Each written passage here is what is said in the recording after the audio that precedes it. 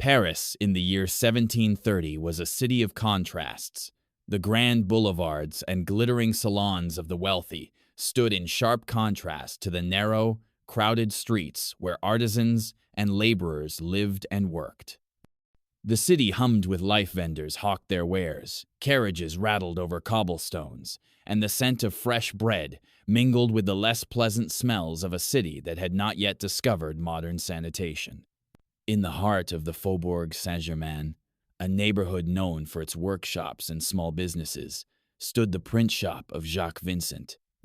The shop was a world unto itself, filled with the clatter of presses, the sharp scent of ink, and the constant movement of apprentices and journeymen. Here, young men learned the art of printing, how to set type, mix ink, and coax words from blank paper. Among the apprentices was a young man named Nicolas Contat. Nicolas was clever and quick-witted, with a sharp tongue and a keen sense of humor. He had come to Paris from the countryside, dreaming of a better life, but the reality of apprenticeship was harsh. The hours were long, the work was hard, and the masters Jacques Vincent and his wife were strict and demanding. The apprentices lived in cramped quarters above the shop, rising before dawn to stoke the fires and prepare the presses. Their days were filled with endless tasks, sweeping floors, fetching water, grinding ink, and running errands through the busy streets. The masters, meanwhile, enjoyed the fruits of their labor, fine food, warm beds, and, most galling of all, the company of their beloved cats. The Vincents adored their cats. The animals roamed the shop and the living quarters, curling up on the masters' beds and feasting on scraps from the table. For the apprentices, the cats were a constant source of irritation. They yowled at night, knocked over inkpots, and left their messes everywhere. Worst of all, the apprentices were forbidden to harm the cats, no matter how much trouble they caused. As the weeks passed, resentment simmered among the apprentices. They saw the cats as symbols of everything that was unfair in their world, the pampered pets of the masters, living in comfort while the workers toiled and suffered. The cats ate better than the apprentices, slept in warmer beds, and were loved while the young men were scolded and ignored. One evening, as the apprentices gathered in their cramped attic room, Nicholas voiced what everyone was thinking. "The masters care more for their cats than for us," he said, his voice low and bitter. "Perhaps it's time we showed them how it feels." The others nodded, their faces grim. They began to plot a protest, a way to strike back at the masters, to make their voices heard. The plan was simple, but bold. They would rid the shop of the cats, and in doing so, send a message that could not be ignored. The apprentices waited for the right moment. Late one night, when the masters were asleep, they crept through the shop, gathering the cats one by one.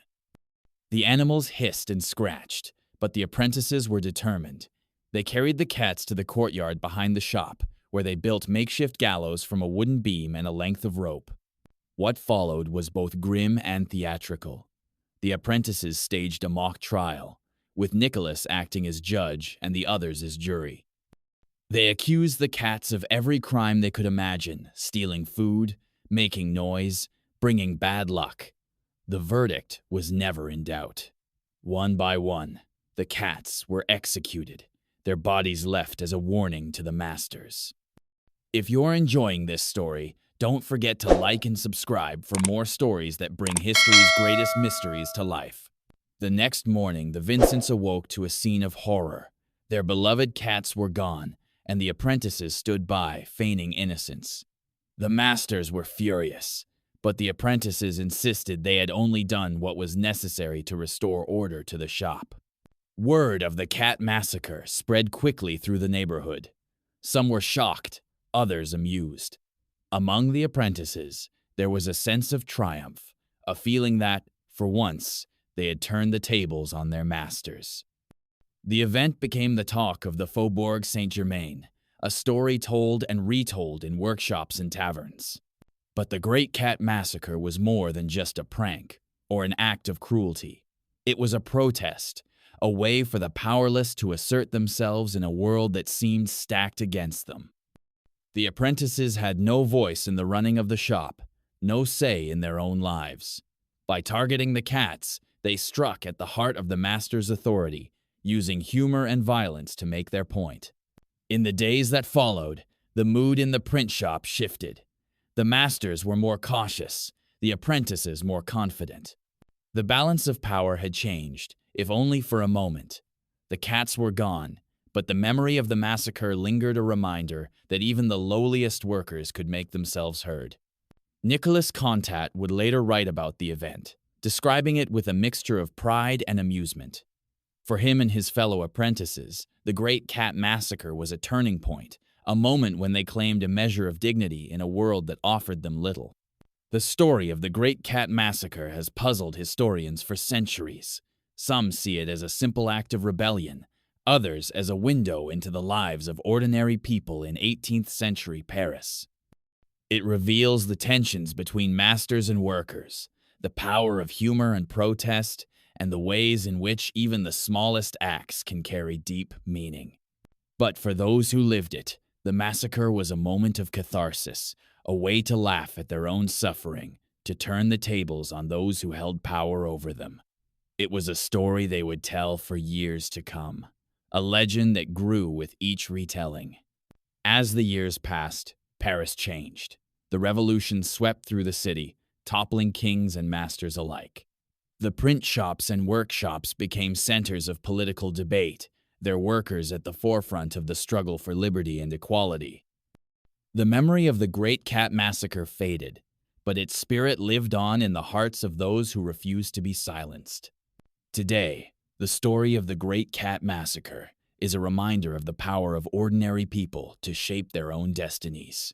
It is a tale of laughter and anger, of protest and pride. It shows that even in the darkest times, there is room for humor, for resistance, and for hope. So, the next time you hear a cat yowling in the night or see a group of workers sharing a joke, remember the apprentices of Paris and their bold, unforgettable protest. Remember that history is not just made by kings and generals, but by the countless men and women who find their own ways to speak out, to stand up, and to be heard. If you enjoyed this journey into one of history's most unusual protests, don't forget to like, subscribe, and share. There are more stories waiting to be told right here.